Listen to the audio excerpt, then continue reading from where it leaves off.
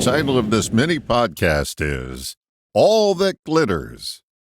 There is a difference between glitter and gold. It seems to me that which we reach out for is glitter, and that which we mine for is gold.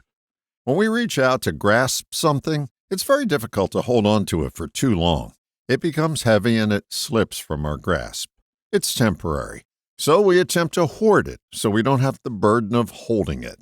This practice sets up a mindset of lack and produces thoughts and actions that there'll never be enough. The reaching out process keeps us off balance, just like the old practice of leaning off the merry-go-round to reach for the brass ring. The risk-reward ratio is not in our favor. Reaching is a large wager with a pretty puny payday. Also, with reaching, many of us have been conditioned that we have to take what we want. We have to go for the gusto or take the bull by the horns. And if your parents were like most, they taught you something else, not to take things that aren't yours. When you reach out for something you don't possess, at another level, it's sensed that you're taking something that doesn't belong to you.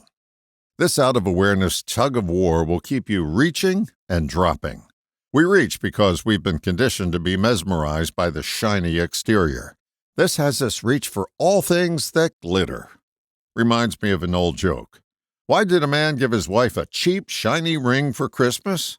So it would turn green in time for St. Patrick's Day.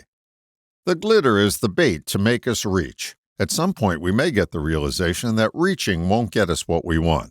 That's when we start mining for gold. All abundance comes from within and spills outward. There's no reaching and no illusionary thoughts that you're taking it away from someone else. In fact, there's so much of it, there's more than enough to go around. This is the lesson of the loaves and fishes story cited in the Bible. There's no need to hoard because there's plenty more where that came from. It's a self-replenishing supply because it's coming from infinity, to which there is no end.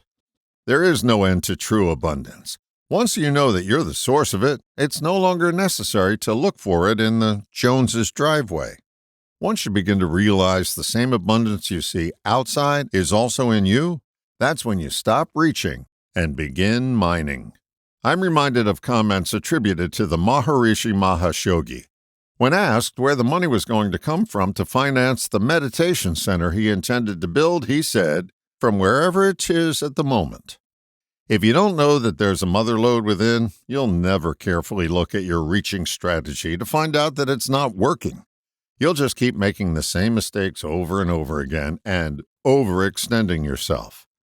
The abundant you beneath your grasping self has access to universal abundance. You just have to quiet your reaching mind and go there and mine for gold. Once you recognize your abundant state within, your reach will never exceed your grasp. All the best, John.